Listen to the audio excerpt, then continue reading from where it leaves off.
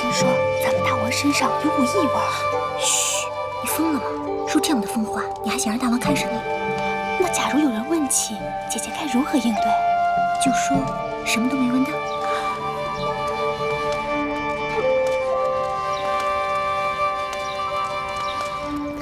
你等退下，后面的上前来。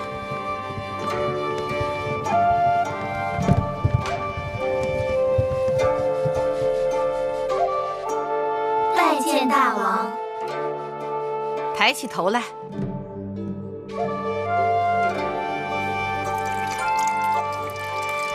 你小女子尚蓉儿拜见大王。何故离寡人那么远啊？大王神武，小女子敬服。上前来。再上前来。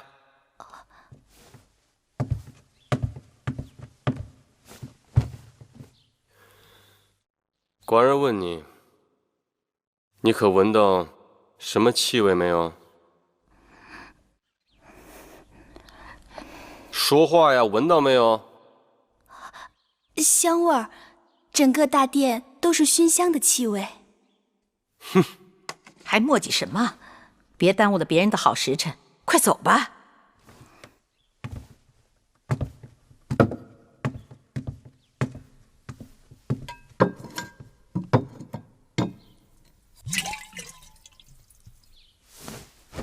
你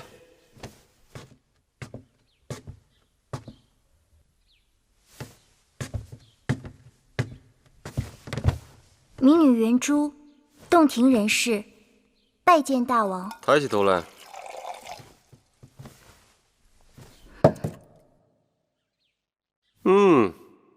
长得果然不错。你老实的告诉寡人，你闻到了寡人身上什么气味没有？寡人身上的气味。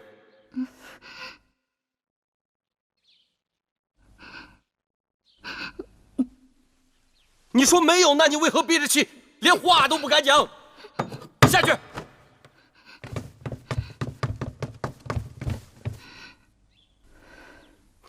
你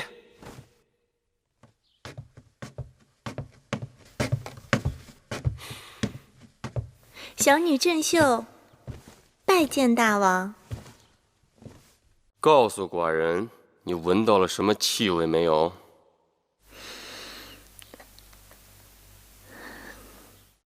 是的，小女子真真切切地闻到一股气味。闻到了什么气味？一种特殊的气味。特殊？一种大王身上独有的气宇轩昂、动人心魄的气味，一种让天下男人都黯然失色的气味。说得好，说得好！来，寡人身边来。是大王。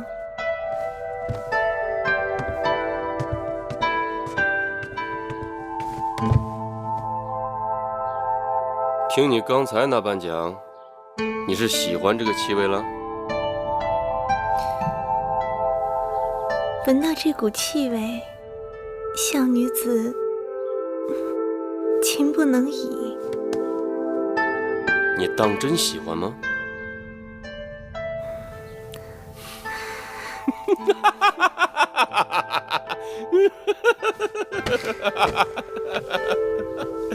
今日寡人见了那么多个，只有你最合寡人的心意。来，寡人赐你杯酒喝。谢大王。来。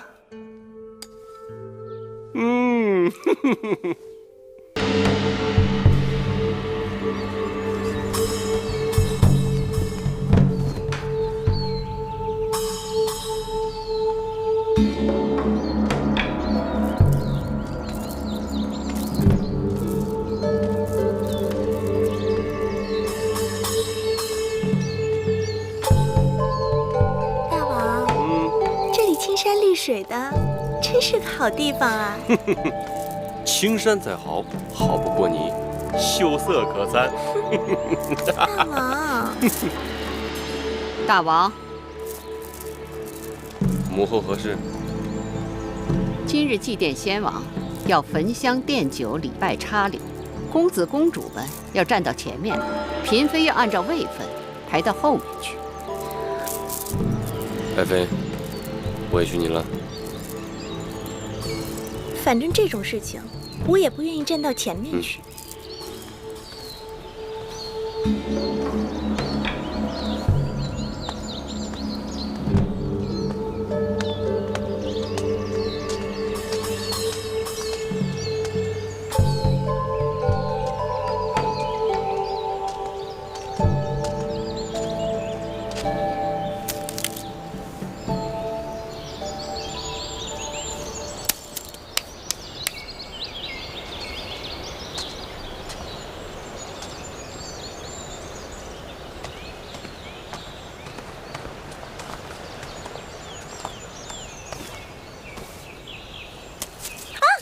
夫人怎么了？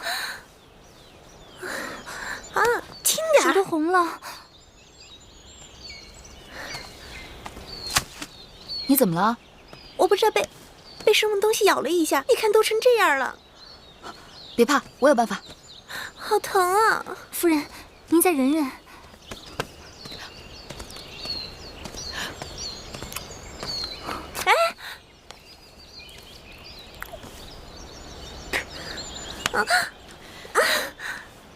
这是大蝎子草，蝎子咬人比蝎子还厉害的一种草。当年我娘亲就是被这种草给害苦了。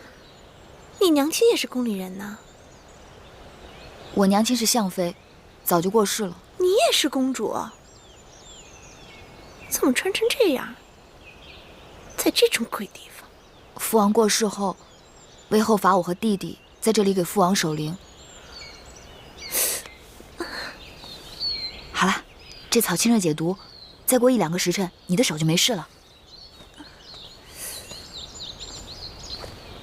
谢谢妹妹古道热肠，来日郑秀有机会，必会投桃报李。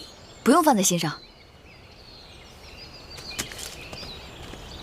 大王祭礼，拜！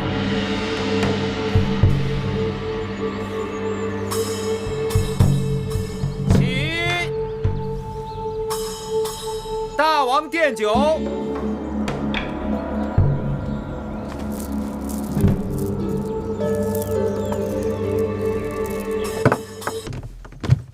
拜见大王。臣妾拜见大王。爱妃免礼。你可知道寡人有多想你？拜见大王。大王累了一天了，臣妾备了点薄酒，给大王解解乏。爱妃不忙。爱妃，你可知道？下去，下去。是。爱妃，自从上次你跟寡人游戏，捉住了寡人。即便是在朝堂之上，只要寡人想起了你，那都是心惊摇曳，难以自持。今夜换寡人来捉你如何？哎呀，大王，大王，你先别急，臣妾有些事情想问问你。快问，快问。臣妾问大王，你对芈月和她弟弟今后有何打算？今日真是奇怪，屈子来向寡人提议。想让那芈月、芈容回宫受教，母后呢就坚决不同意。现在你又来问寡人，为何呀？在陵园时，芈月曾帮助过臣妾。哦，臣妾觉得这件事情，母后就是太过于小气。听说芈月和她弟弟在陵园已经守了6、7年，就算是给先王守灵3年，这时间也够长的了吧？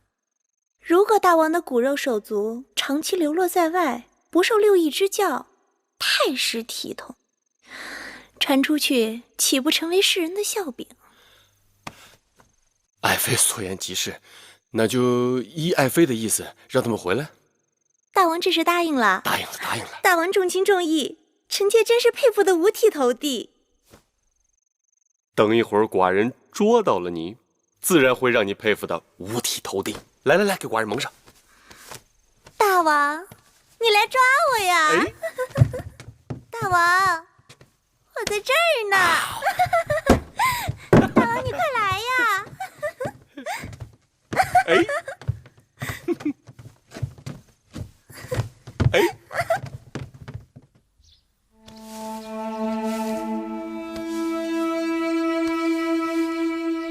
母后，舒服吗？妃后，听说大王要让芈月、芈容他们回宫了，连屈子都在替他们说话，大王自然是顺水推舟了。那个芈月自小是个害人精，妃后可得留意了。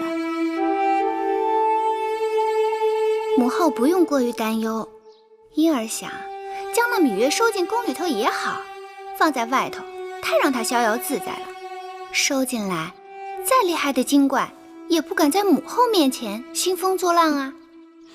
瞧瞧，这偌大的后宫，属婴儿这张小嘴最会说话。哼！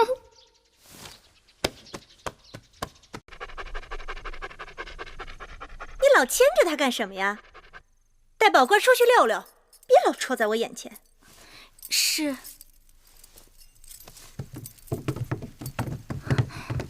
夫人，怎么样？打听到了吗？大王去哪儿了？大王在魏后那里用的晚膳，原本要来咱们兰柜台的，但魏后说赵姬怀孕，多日不适，硬是逼着大王去了赵姬处。昨日大王就去了赵姬处，今日又去，也不知道魏后收了赵姬那个小贱人多少好处孝敬，天天袒护他，处处与我作对。去，差人告诉大王说公子兰病了，我看他来不来。是。夫人，魏后来了。怎么搞的？大王没来，他却来了。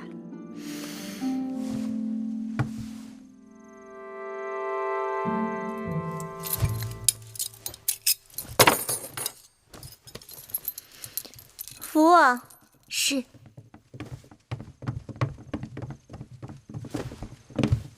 拜见魏后。拜见魏后。我听说公子兰病了，难道南后也病了？南后连日照顾公子，衣不解带，目不交结，心力交瘁。身为后宫嫔妃，就算儿女有疾，也要衣着鲜洁整齐，不可任意放纵，不顾妇容。母后教训的是，前几日母后教训臣妾，让臣妾动不轻狂，笑不露齿，衣着简朴。臣妾就是按照母后的意思做的呀。我说的是这意思吗？大王到！拜见大王。母后。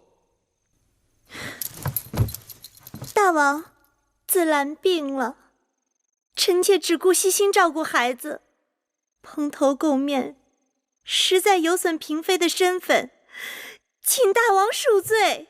爱妃快快请起。大王，看着爱妃如此辛苦，寡人很是心痛。是谁说爱妃有罪啊？何罪之有？母后正在教训臣妾，是臣妾的不对。后宫佳丽众多，大王这等疼法，只怕是疼不过来吧。母后教训的对。本来听说大王要在赵姬处留宿，让大王这样匆匆赶来，臣妾的罪过就更大了。紫兰到底病得如何？刚才让太医看过，紫兰体弱容易积食，需要时时小心照料。带寡人看看去。大王请跟我来。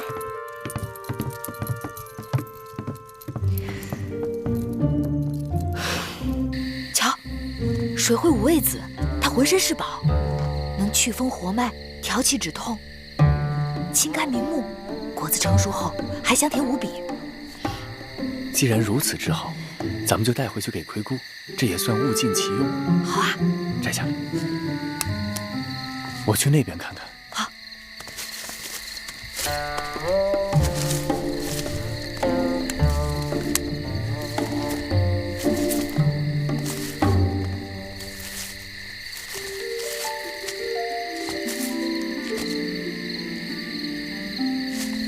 玉儿，快来！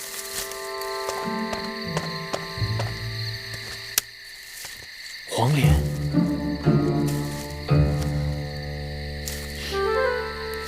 这叫梨，也叫野灰菜，可以做汤，可以烹菜。尽管它的叶子和黄连极为相像，但味道却是很鲜美的。玉儿知道的真多。也许今日咱们白来了。再找找。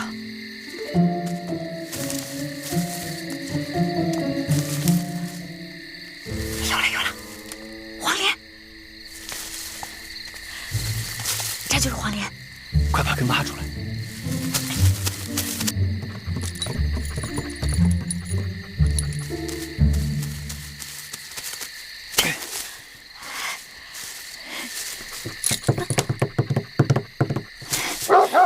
什么人？侍卫，侍卫，来人呐！快走，快跑！我有软鞭，挡他一刀，不是难事儿。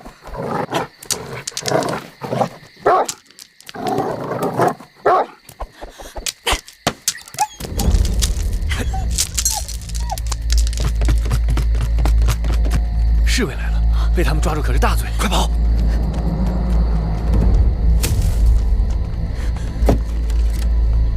小心点，小心！站住！快走！你何人？敢擅闯兰桂台？在下太子伴读黄歇。带走！大胆黄歇，你身为太子的伴读，竟然做出这种偷鸡摸狗的事情。你若真的偷鸡摸狗也好，为何把园子搞得一塌糊涂？我倒想听听你的理由。是黄歇做的，就是黄歇做的，没有理由。你也是知书达理之人，难不成跟我这园子有仇，跟我的宝官有仇？哎呀，黄歇啊，你要是这般死硬，就不要怪寡人对你不客气了。来人！大王，有人来投案自首，说大王抓错了人犯。什么？投案自首？带他进来。是。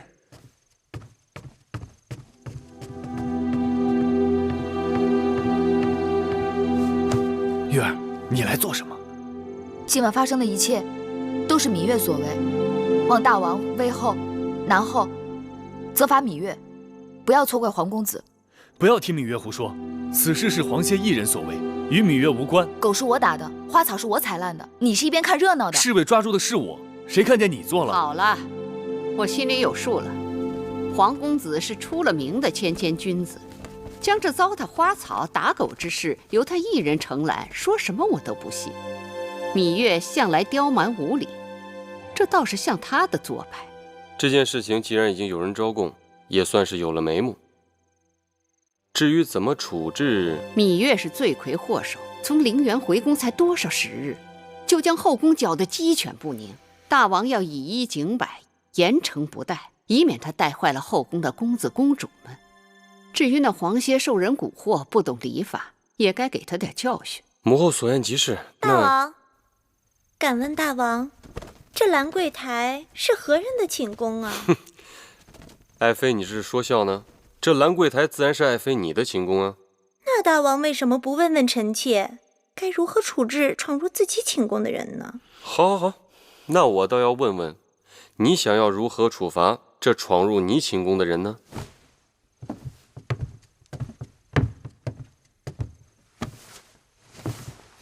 月妹妹，你这淘气也淘得太过分了。我与你打赌，说你能不能神不知鬼不觉地闯入我的后花园摘我花草。我说不信，你不仅动真格的，还找来黄公子做帮手。然后你闯了这么大的祸，看我怎么罚你。芈月任性不懂事，任凭南后姐姐打骂。大王，你看看你这妹妹，娇嫩的跟朵花似的，我哪舍得打她骂她呀？你呀你俩怎么还不起来？真打算在我这跪一夜呀？此事不能就这么了结了，以后后宫还有没有规矩王法了？母后，这都是自家人，这规矩王法不都是大王一句话吗？大王，你得给臣妾做主，我要芈月和黄公子给我的宝官赔不是。好，好，好，那个芈月、黄歇，一会儿给宝官赔不是。大王，大王，这园子是爱妃的，宝官也是爱妃的，您说这事儿该如何了啊？这个园子是爱妃的园子，宝官也是爱妃的宝官，这件事情自然是爱妃说怎么了，那就怎么了了。谢大王。不成体统。外面天黑路滑，请母后慢走。哎呀，你这个蜜罐子！你们俩还杵在这儿干什么？还不赶紧下去？谢大王。谢大王。谢谢大王。那我倒要看看，你要怎么谢我呢？等我。你怎么又回来了？你怎么没出去啊？站住！你俩与我说实话，这黑灯瞎火的到我的园子里究竟干什么来了？芈月有一至亲病了，需要一味草药，正巧这草药长在了南后的园子里。哼，又是草药！你芈月真当自己是扁鹊在世呢？南后宽宏大量，我才不宽宏大量呢！我只是做了自己想做的事情。幸亏我的宝官生得不重，否则你们……谢南后。谢南后，你俩给我记住了，今日之后，你们可是欠着我的，自求多福吧。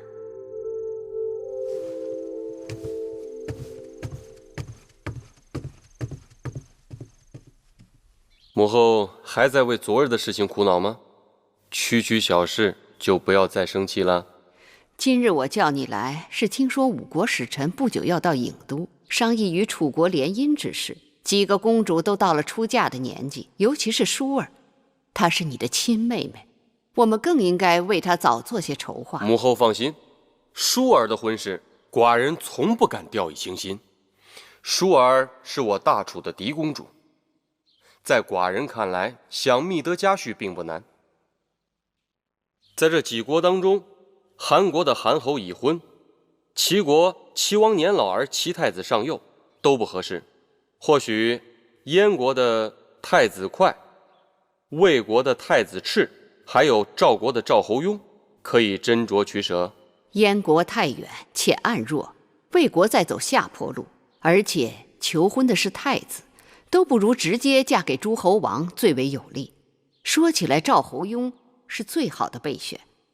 他15岁继位，如今20多岁，且赵国都城邯郸又是出了名的繁华绮丽。寡人也听闻，这个赵侯雍胸怀大志，才智惊人，在列国当中倾慕他的公主不在少数。当然，他们要想与舒儿比，那就是烛火之光与日月争辉了。再者说，列国之中，我楚国最强。试问有哪一国的国君太子不想娶我楚国的嫡公主为王后呢？还有几个刚行过佳姬之礼的公主，我也有所打算。愿闻其详。公主芈英乖巧伶俐，平日在宫中对我也是恭敬顺从，或许可以嫁给魏太子赤、燕太子哙。母后所言在理。那其他几个公主呢？寡人记得有个公主叫芈京，哦，还有昨晚闯祸的那个芈月。芈京倒也罢了，至于那个芈月，她是应生的女儿，将来也只能做应，做个陪嫁。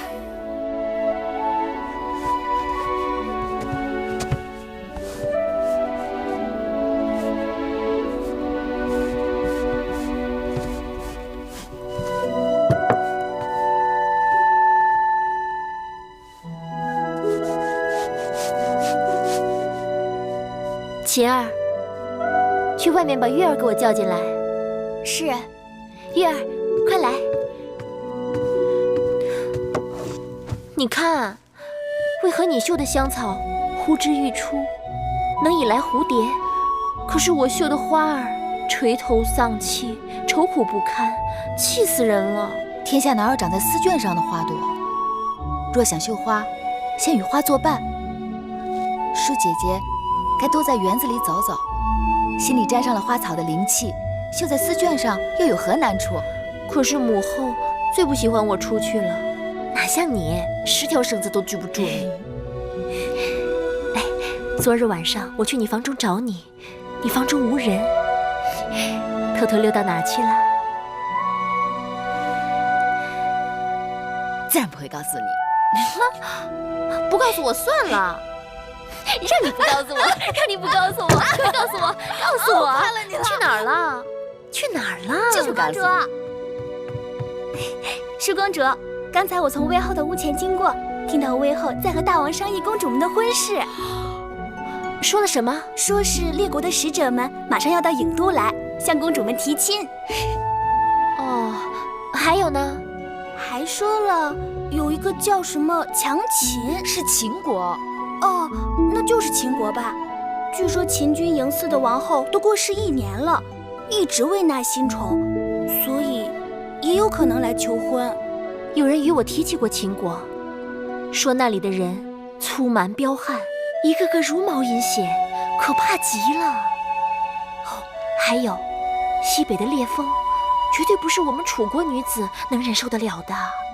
我听到的秦国可不是这样的。我听说秦人个个身形魁梧高大，英勇善战。那你嫁到秦国去好啦。那说不定将来我们俩一块儿嫁过去了。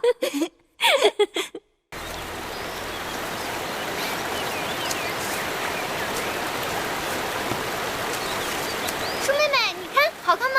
嗯。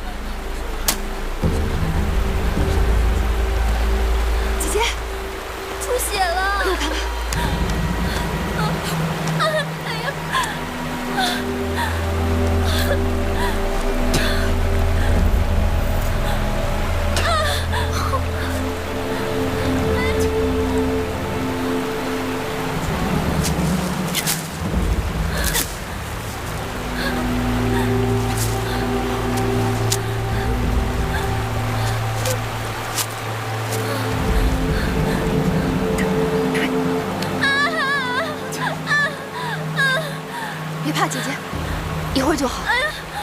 别怕。公主，公主，公主，你醒醒！月公主怎么办呀？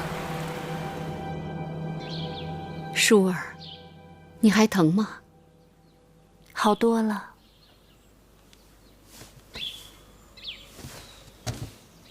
禀报微后，舒公主虽说受了伤，但并无大碍。要说舒公主也是有福之人，若不是月公主及时将毒血吸出，再用牛舌头草敷在伤口上解毒，恐怕真要费一番周折。好了，我知道了，你下去吧。是。母后，今日亏了月妹妹去取东西，路过后花园，舍命救了舒儿。是啊，奴婢平日看待软鞭也碍眼，谁知今日倒还派上用场了。算芈月对我舒儿有心，以后就让她守在我舒儿身边，也有个照应。珊瑚在，一会儿到我那儿拿几件衣服赏给芈月，看她穿的，哪像个公主，简直就是个野小子。是，母后，月妹妹穿成那样也是迫不得已。他每日擦地、拔草、扫院子，还能穿什么像样的衣服呀？我这么做也是为他好，想让他历练历练。既然擦了那么长时间地，那就不用擦了。玳瑁，让他以后跟着舒公主多学点规矩。是。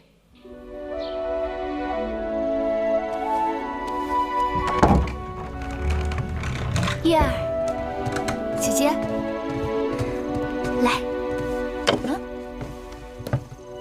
3月后是宫中的祭祀大典，那件用作少司命祭舞的礼服就快做好了。我纠缠母后多日，她才允诺我可以去宫外的织坊看看那件礼服的模样。你与我一同前去，等过几日礼服做好了再看，岂不更好？谁真想看那礼服的模样了？自从被蛇咬了，日日关在屋子里养伤，闷都快闷死了，就想出去透透气。那说起来，织坊仍是无趣。若要透气，还不如去织坊边上的东市，那里稀罕东西可多了。话是这么说，但母后能让我出宫已实属不易，而且她特别叮嘱，说近日郢都不大太平。出什么事了？一些越人故意滋事，越人最记仇了。父王伐越时杀了他们的越王吴江，其遗民四散各地。这2年，他们又出现在郢都，屡屡滋扰生事，很令人头疼。你我哪有那么好的运气？一出门就碰上越人，何况月儿的鞭子也不是吃素的。那就算没有越人作怪，母后派了那么多人跟随，想去东市，恐怕很难。这有何难？只要姐姐让绿萝去准备2身寻常女子的衣裳就行了。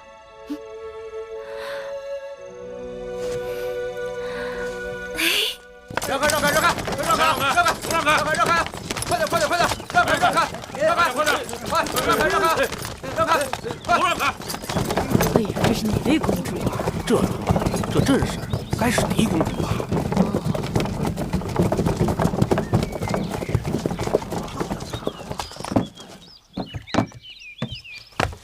姐姐，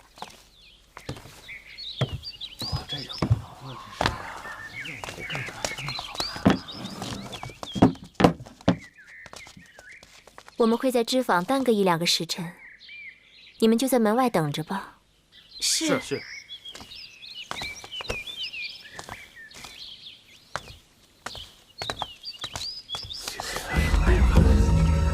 ，2个还都是美人嘛。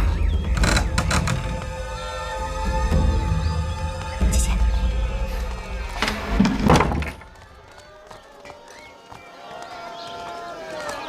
快走！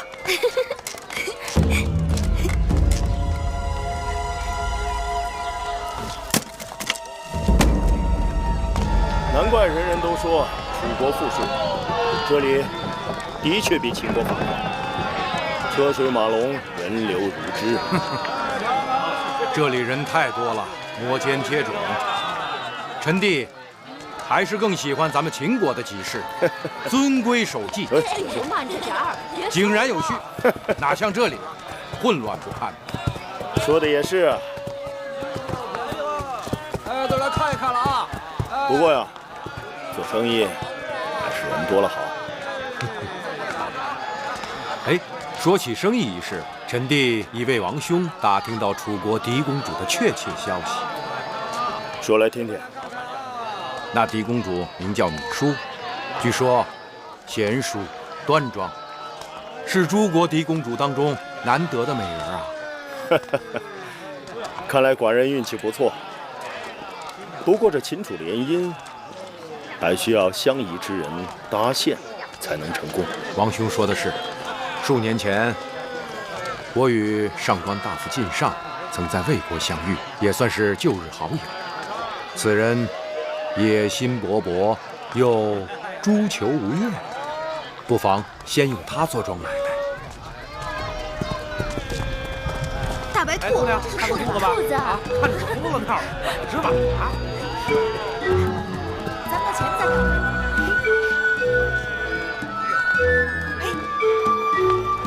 王兄，你看那边。哎。那边过来的2个女子，倒是很有几分颜色。多东西啊！个子矮些的那个，身上有种女子中少见的英气；高些的那个举止贤淑温柔，该更合王兄的口味吧？这边更好。什么呀？哎，快！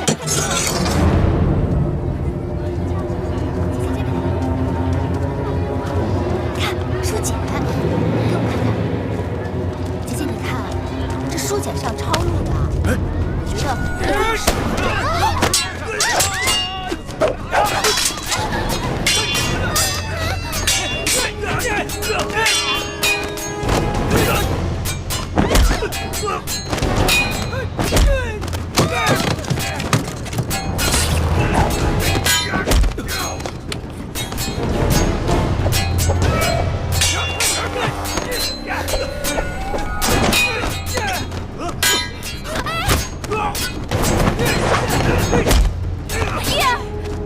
别怕，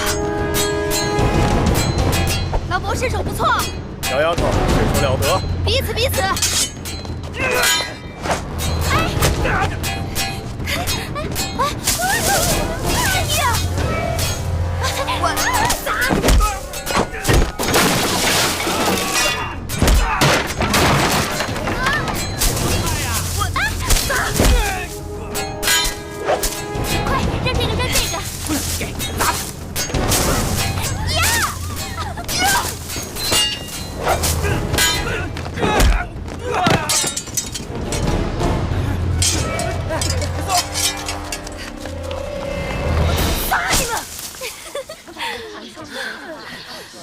谢老伯施之援手，老伯是……老伯是秦国的商人。秦国？秦国很远呢，来楚国干嘛？相亲。先……啊，这边，你捡起来。好汉急公好义，受小女子一拜。哎，贵人不必多礼。你们2人没有受惊吓吧？没有。哦，那就好。刚才那几个想要杀你们的人，短发纹身，像是越人。你们2个弱女子，怎么会招惹了他们？谁招惹他们了？是他们自己杀上门来的。越人虽然好斗，但从来不随意伤害别人。是我们的先王杀了他们的大王。那也没有道理啊，除非你们是楚国的王族。你受伤了，兄长。没事，区小伤，不算什么。都流血了。我等遭遇无妄之灾，连累先生受伤了，舒儿于心不忍。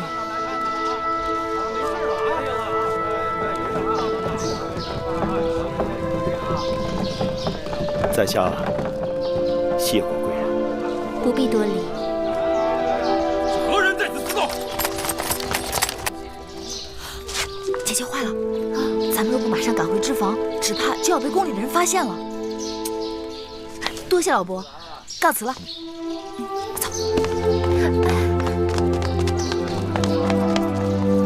恭喜王兄。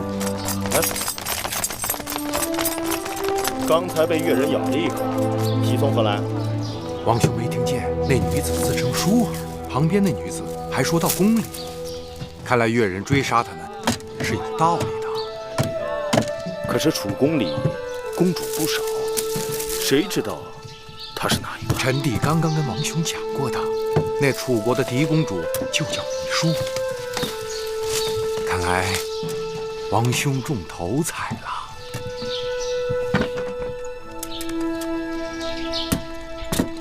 今日还好有惊无险，我还是第一次拿菜叶子砸人呢。公主当时若是有半点差池，绿萝可就活不成了。都说了有惊无险了，不必大惊小怪的。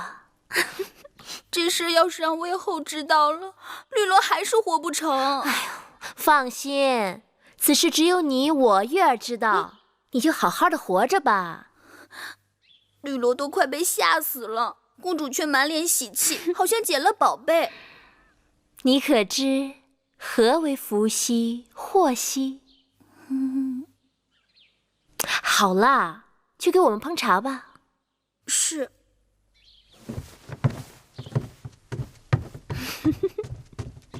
哎，姐姐，那老伯的剑法真不错，若不是他挡得快，那越人的刀就落在姐姐头上了。原来秦人之中也有如此慷慨仗义之人，不仅孔武有力，而且风流潇洒。难道姐姐真的喜欢上秦人啦？我只是在说秦人与我们楚人的区别啊。再说了，我们楚人当中也有出色的男子啊，不仅风度翩翩，还玉树临风。就像谁啊？怎么不说了？不像谁？就像黄公子、黄歇那样，如何？那是你说的，不是我说的。你不喜欢黄公子吗？我何时喜欢过？玉树临风，也不招妹妹喜欢。明明是姐姐喜欢孔武有力、风流潇洒的。死丫头！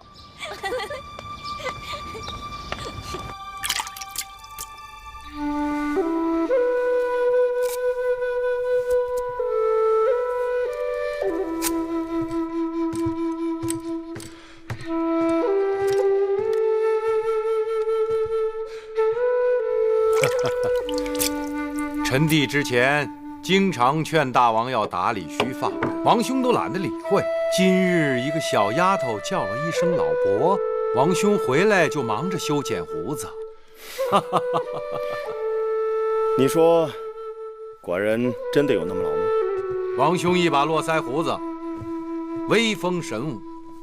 只是这楚人华而不实，连男人都讲究修饰。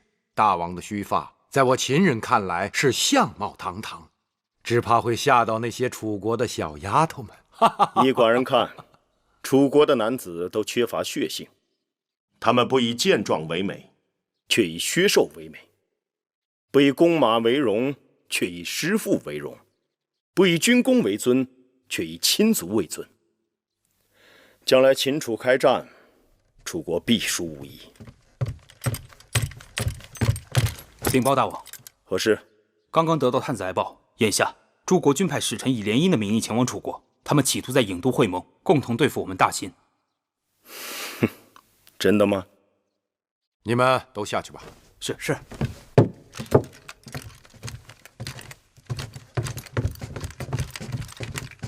大王，来者不善，需多加提防才是。没什么可慌张的，既来之则安之。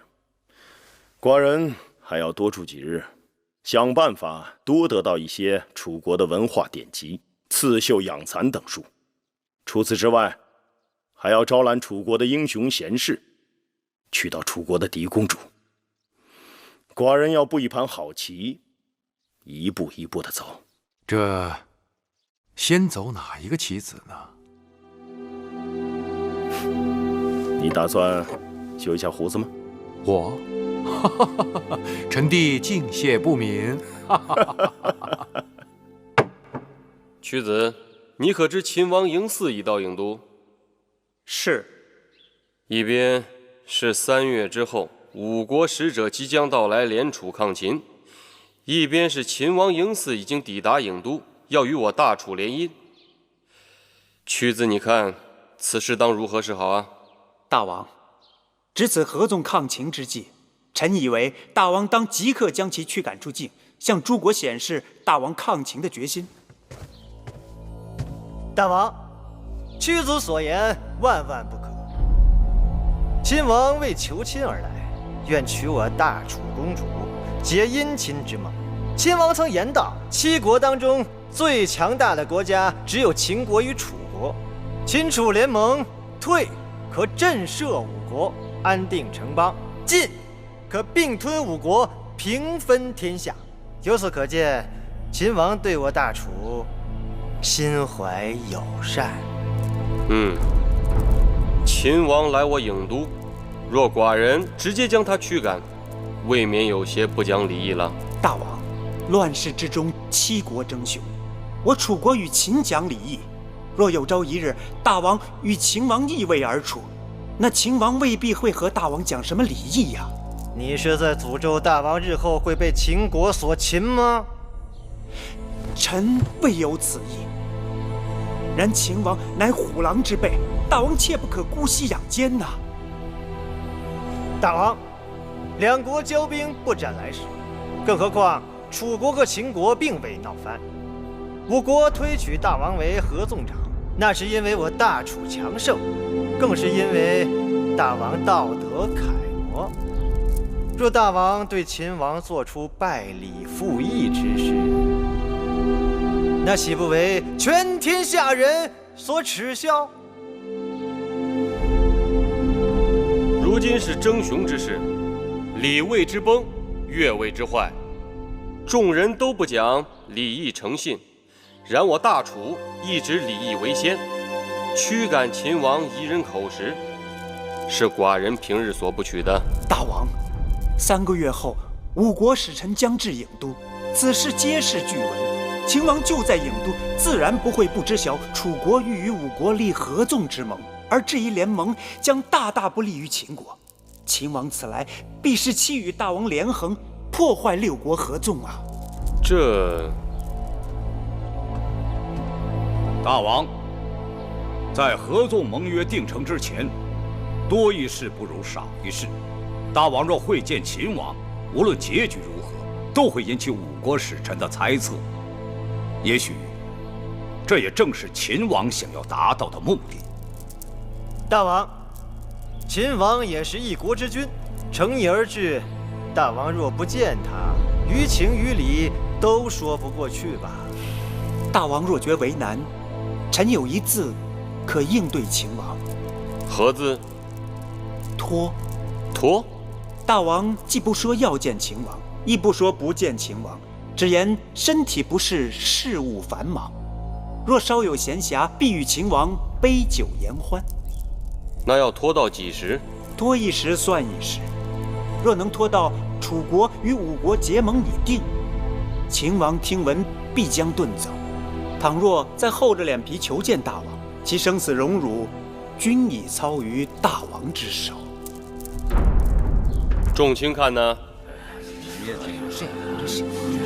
这个主意好。大王，臣以为还是不见得好，省得麻烦。大王，臣也认为眼下也只能这样了。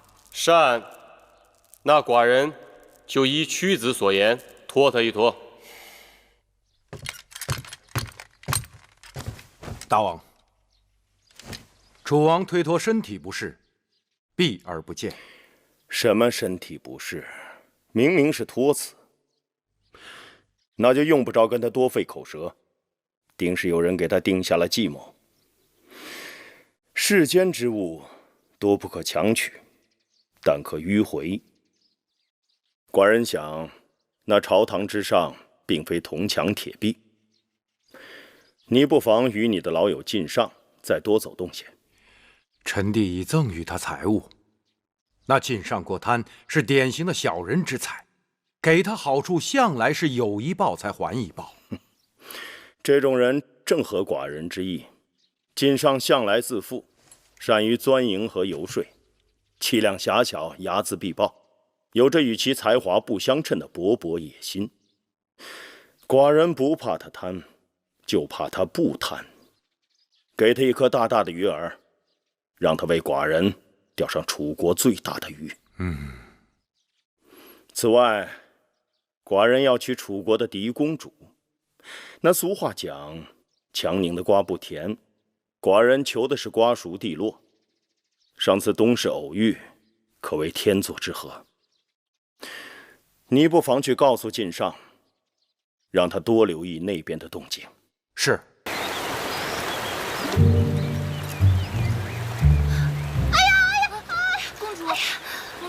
好痛啊！金公主，你还好吗？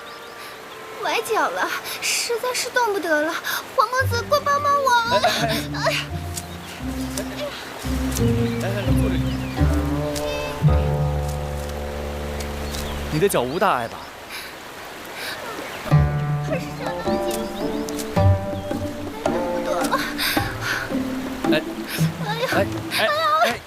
哎，殷公主，有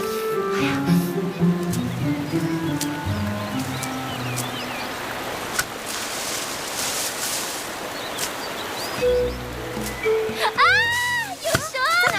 公主，你好动啊！有蛇就在那儿，有蛇！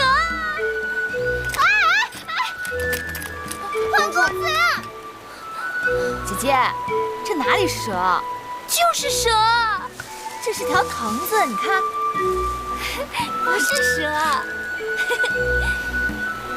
这还真有点像蛇。蛇在哪里？在这儿。原来是树藤啊！上次被那毒蛇吓得魂儿都没了，见到这种软塌塌的东西，就以为是蛇呢。没事就好。皇歇见过淑公主。月儿，你看他大惊小怪的，肯定把这书呆子吓得够呛。我哪里害怕？我是来救你们的。哎，你们在这里做什么？啊，我们在这帮月儿呢。月儿告诉我们，这些野菜名叫紫苏，这嫩叶儿或鲜食或做汤，味道都特别鲜美。若还有多余，可以晒干了存起来。你看，这满园子的紫苏长得多茂盛啊！我们想多摘一些，待会儿给膳房送过去。哟，黄公子跑得那么急，我还以为是谁掉进火里水里了。殷姐姐真好笑，我们大伙都在这儿平平安安的，谁能掉进水里火里呀？若不是这样，那黄公子是要赶着讨好哪位公主啊？殷姐姐说这话是何意？月妹妹，用不着这么大惊小怪。黄公子喜欢的人，定是与你无关。前2日你不是还亲口和舒妹妹说，你根本就不喜欢黄公子吗？我喜不喜欢黄公子，与你有何干系？你若对他无意，就应当以实相告，免得黄公子云里雾里的巴望着。月儿，他的话可当真？子歇不信。黄公子，不妨问问别人。舒妹妹可以作证。你用不着费事了。我是说过，又怎么样？哎，月妹妹，等等我！哎呀，你小心！月妹妹，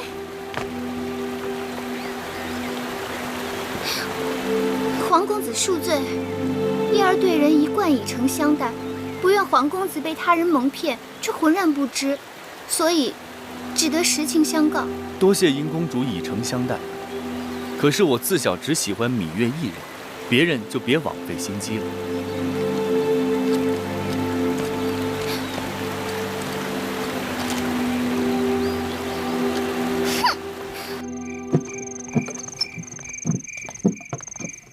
晋上何德何能，让仁兄如此厚爱呀？这些都是小意思，在下前来是想送晋大夫一场大富贵。府上有好酒，你我边喝边谈。请。来，请。晋大夫，请。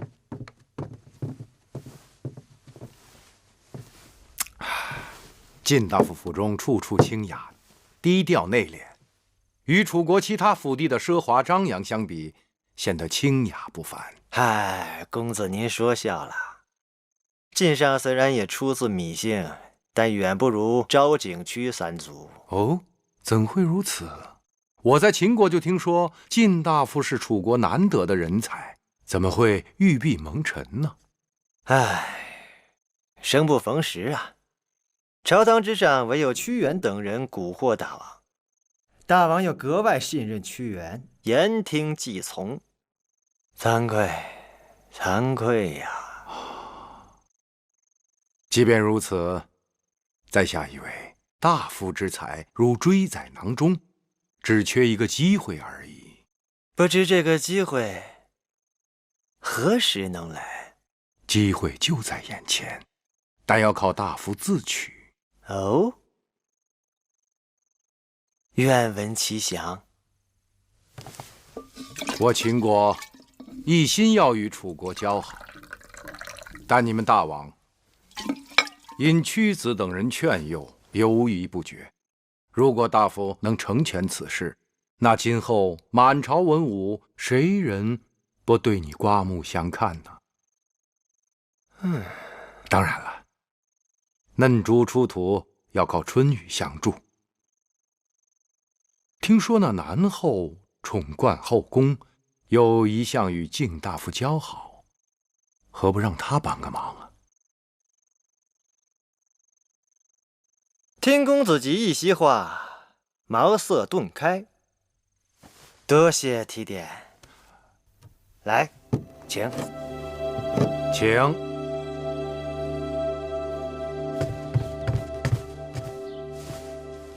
南后，您的那个同乡靳大夫来了。说是同乡，明明与我家还离着180里地。不过在这宫里也算亲的了，让他进来吧。是。上官大夫靳上拜见南后。赐座。谢南后。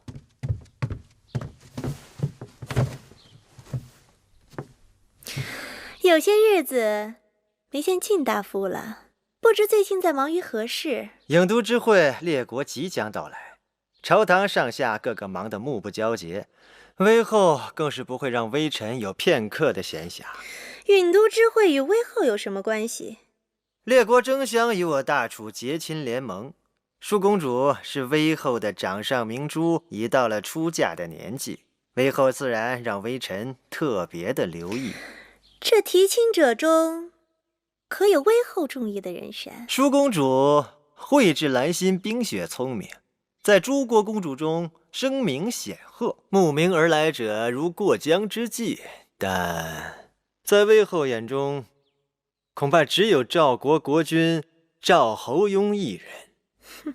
不过呢，秦王对淑公主也是情有所钟，想与我大楚联姻，结成秦楚之好。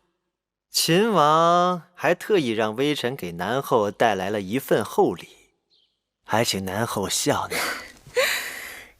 秦国那穷乡僻壤之地，能有什么好东西孝敬我呀？呈上来。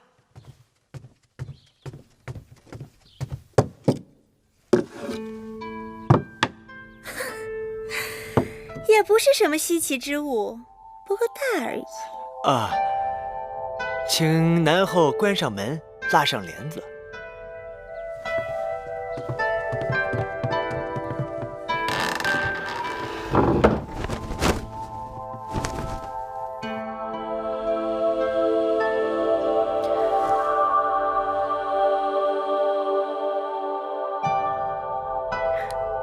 这究竟是何物？竟如此稀奇！这就是在西域名声大噪的夜明珠。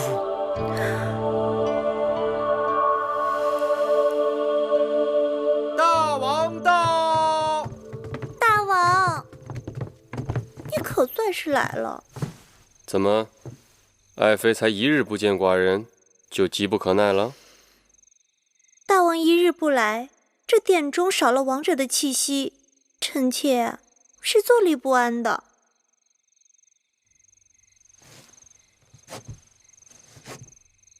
寡人身上的气息，真有那么好？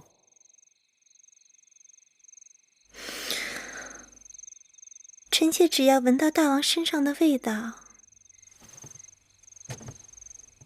便难以把持。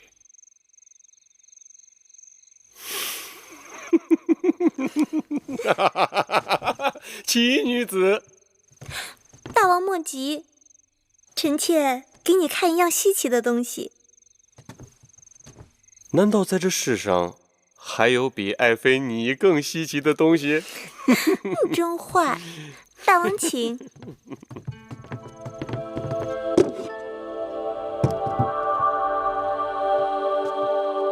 这是秦国献上的西域珍宝夜明珠。好东西，果然是个好东西。秦王对大王如此恭敬，大王是否也应该给他一点面子？此事麻烦得很。那个秦王现在想要与我楚国联姻，每日缠着求见，弄得寡人心里很是烦恼。这还不简单吗？楚国公主多的是，随便指派一个给她便是了。眼下我楚国正要与其他5国结盟来对付秦国，这个时候我怎能与秦王联姻呢？更何况这个秦王指定要娶的还是我楚国的嫡公主。唉，这可就难了。嫡公主只有一个，既然5国要和楚国联盟，嫡公主看来只能嫁给他们了。不过秦国也是大国，怎能随意开罪呢？是啊，现在最好就是有什么办法可以让那个秦王知难而退。臣妾倒是有一个办法，不知可否？什么办法？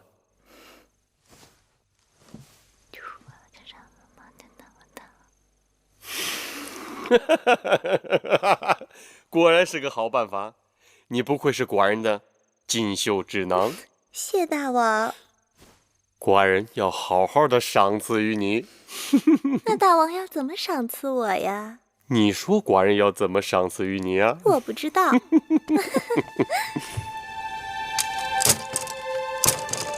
姐姐先来。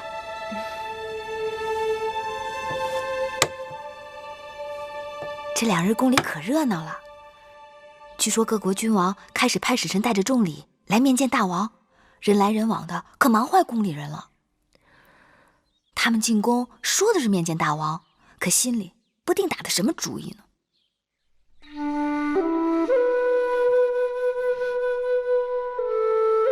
姐姐，你怎么不说话啊？